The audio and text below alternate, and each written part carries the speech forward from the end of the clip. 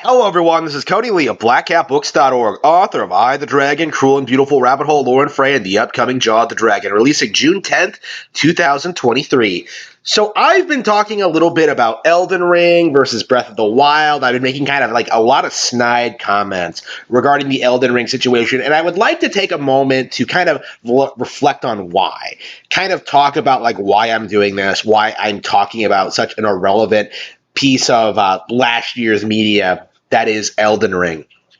Right? Tears of the Kingdom is already well on its way to outselling the game. It's going to destroy it. If it wasn't for like, a handful of like troll reviews on Metacritic, Jim Sterling, Tears of the Kingdom would have a higher Metacritic score as well. Like the industry did everything in its power to try and prop up Elden Ring, prop up From Software, prop up PlayStation, prop up like the anti-Nintendo agenda while downplaying Nintendo, and they still lost. Right? That is what this all comes down to, essentially, because last year there was a very big coordinated effort to downplay Tears of the Kingdom as being something that was going to be a rehash of Breath of the Wild, that was not going to live up to the legacy of the original, that wasn't all that good anyway, and From Software was the real entry, was the real go, right?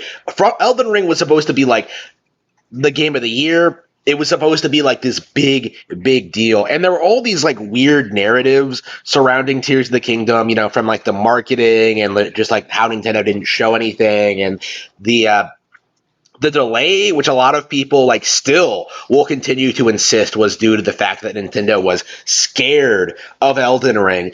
Like there was Elden Ring fans were unbelievably obnoxious, right? All throughout 2022, and for the first half of 2023, we saw, well, the first quarter of 2023. For the first quarter of 2023, there was a big, big push to kind of pretend that Tears of the Kingdom wasn't going to be nearly as good, that Elden Ring would go on to be like one of the best, most well-received games ever made, that Zelda was like just an irrelevant like mark on history, right? Like Zelda was a dying brand. And of course, this is a mindset that like the industry has been trying to push since like the 90s, ever since the introduction of Sony PlayStation.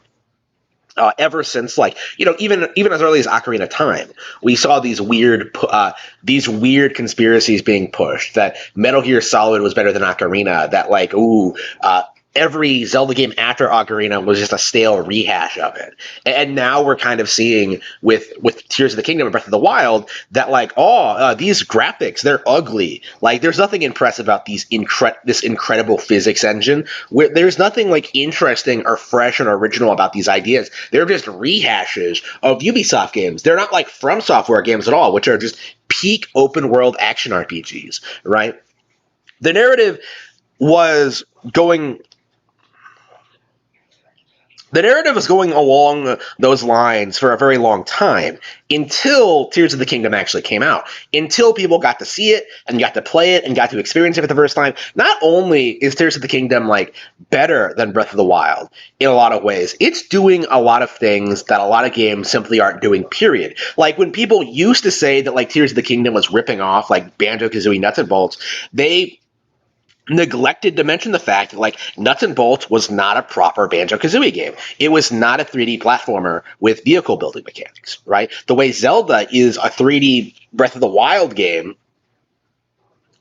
with vehicle building mechanics, right? Zelda took the idea of like building things, sticking them together, and like giving all these cool vehicles, and really made something cool, fresh, and interesting with it. Like when you like think outside the box in this game, when you like make bridges out of like 30 logs, or build a boat, or like build a glider, right? And then like use those tools to like accomplish some goal in some way, shape, or form. Like you really get a sense that this is a masterpiece. There's nothing like this out there, period. And of course, there are plenty of people who are acknowledging this. Lots of like game developers on Twitter are like admitting that like they are way, way behind Nintendo. But there is a very real demographic of people who still refuse to admit it. They insist that there's something wrong with the physics engine. They insist the game isn't all that original. They insist there's something wrong with the weapon durability system, which which was not true even in Breath of the Wild, but in Tears of the Kingdom, if you're having problems with weapon durability, that's because you don't know how fusion works. Right? They're trying to like make try to say the plot isn't very good. They're trying to say the dungeons aren't great. They're trying to say that the open world doesn't innovate enough. They're trying to say the plot doesn't make any sense. None of this is true, and like anyone who's spent any amount of time with the game will tell you that. But there is a very real push to try and downplay this game as much as possible. And I really wonder how much this is going to stick, because I think when Breath of the Wild came out, a lot of people really convinced themselves that this was just a one-off thing, this was just a fluke, that Nintendo would go back to putting out mediocre Zelda games after this, that they would be acquired by PlayStation or whatever. Like, that was the narrative, right? Remember back when Horizon Zero Dawn was, like, better than Zelda? Like, same energy, right?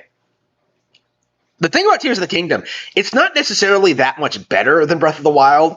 Both games are great, but the thing about Tears of the Kingdom is that it's a follow-up that's just as well received as the original, with like its own innovativeness, its own creativity, its own design, its own focus, right? It is a completely original new thing. And where was I going with this? What that means is that it's difficult, very difficult, for the gaming establishment, the media, the YouTubers, the shills, to try and pretend that, like, this is a fluke, right? It's impossible for them to pretend that, like, there are other franchises that do what Zelda does better, like they have been doing for the past 30 years. Like, I grew up in an era where people were telling me Okami was better, that Darksiders was better, that like Dark Cloud was better, Fable was better. There was like a very God of War, like there were so many like examples of things like that. There was such a big push to try and like push the Zelda formula as being stale and outdated. Skyrim, Dark Souls were better. Like, and this is the same. The thing with Elden Ring is that, like, it's the same thing, right? Like, all these franchises are propped up, they're weaponized against Nintendo, they're used to justify why game journalists and like gamers are not excited for the newest Nintendo thing, and then they're forgotten about, because outside of that specific thing, they serve no purpose. They're not particularly well-made games. They're not interesting. They're not fun. They're not memorable in any way. They don't really even have that much of an audience, compared to Zelda, right? But we're supposed to believe that these are some like major milestones in gaming. Even today, like David Jaff is like being weaponized against Tears of the Kingdom. Like, he is one of those people coming out and trying to tell us that Tears of the Kingdom is a failure. It doesn't look that good. It's disappointing, just like Breath of the Wild. And I really have to wonder just how many times this guy, who hasn't made a game since God of War 2, like how much this guy can keep getting propped up as, like, being someone who knows what he's talking about. Because if you're such a great game designer, why haven't you made anything since God of War, right? Someone like Masahiro Sakurai has made like tons of great games, from like Kirby to Super Smash Bros. To Kid Icarus Uprising, but like David Jaff, like he hasn't done anything. Like, he's a complete joke. Why would I ever take David Jaff's opinion over like my own, right? Like, why exactly? Like, I can tell you with no hesitation at all that I am better at video games than David Jaff. And that's not me being like, arrogant or just thinking too highly of myself. Like, just look at the gameplay comparison I did for Metroid Dread. Like, compare just what I did versus what he did, right? Watch him like play against like DSP. Like, DSP is legit better at games than David Jaff. Like, why exactly am I supposed to take like the creator of God of War all that seriously? David Jaff is a complete joke, right? All of these people are complete jokes, right? There was never any chance of Elden Ring competing with Zelda in any way, shape, or form, right? Dark Souls is a franchise that was propped up by the gaming establishment to try desperately to present this narrative that, like, I don't, a hardcore alternative to Zelda existed, that it was like a Zelda game for mature gamers, and that's been like a thing since Dark Souls first came out. But El- Elden Ring is like a really good example of what happens when this kind of behavior is left unchecked, right? Elden Ring is an example of what happens when like fanboys are allowed to just talk a bunch of trash about like upcoming releases and aren't held accountable for it. Like too many people seriously believed that Elden Ring was going to outperform Zelda, and I personally can't wait for From Software to fall off. It's inevitable at this point. I don't expect Elden Ring 2 will be nearly as good. Like at the very least, you won't see like casuals leap on to like Elden Ring 2 like they did with the original. Like I think that From Software is on the way out, but the thing that like really makes me happy about this is that the two major things that people said like stomped Zelda in the new tens, Skyrim and Dark Souls, neither of them can compete. Like Nintendo is doing both of what those games did, but better with Zelda Tears of the Kingdom. There's just no denying at this point. Like if you don't think Zelda is better than those games, everything else that's come out, like you are just downright delusional. Like there is no denying it at this point. Like Zelda is one of the best video game franchises ever made. Like back in the day, I used to like think that people who hated Zelda and were like, thought other games were better were just like, it was a preference thing. It was, I respected their opinion. That's not true anymore. Like I understand what's actually happening in that these people are disrespecting Nintendo because they have no regard at all for quality game design, for creative art direction, for any real like unique game design, right? They're just not gamers. Is what it comes down to. It's what it's always come down to. And like they deny it, they'll like stamp their feet and cry and pretend they're like the hardcore.